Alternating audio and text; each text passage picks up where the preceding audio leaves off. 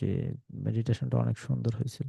মানে এরকম unique meditation তো আসলে মানে অ্যাভেলেবেল না, গুরুজিও এই ধরনের মেডিটেশন করেন আমি যে মেডিটেশনটা ওই দিন করাইছি। রবি আপা কি বলেন?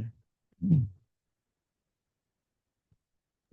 জি, আপনি তাৎক্ষণিকভাবে বেশ সুন্দর একটা মেডিটেশন করাইছেন। হ্যাঁ, আমি হ্যাঁ। মেডিটেশন করানোর পরে ভাবলাম যে মানে ইউনিভার্স থেকে মনে হয় আপনার ব্রেনে চিন্তাগুলা দিয়ে দিতেছে একটার পর একটা একটার হ্যাঁ, পর হ্যাঁ, একটা, রাইট, আপনি যে সুন্দর কথা বলতেছিলেন। বলছেন। হ্যাঁ, কারণ হ্যাঁ, এই মেডিটেশন কোথাও, আমি তো অনেক মেডিটেশন সেন্টারের সাথে জড়িত, হ্যাঁ। কোথাও এইভাবে করায় না। করায় না, হ্যাঁ। কিন্তু মেডিটেশন করানোর পর আমি চিন্তা করলাম যে ইউনিভার্স মানে ওনার মধ্যে এই চিন্তাটা দিয়ে দিছে, এইভাবে হ্যাঁ, একটার পর একটা এইভাবে হ্যাঁ, তাৎক্ষণিক ভাবে যে জিনিসগুলো হ্যাঁ, আপনি হ্যাঁ, হ্যাঁ, করাইলেন। Right, right. আমার ওই খুব ওই ভালো লাগছে মেডিটেশন।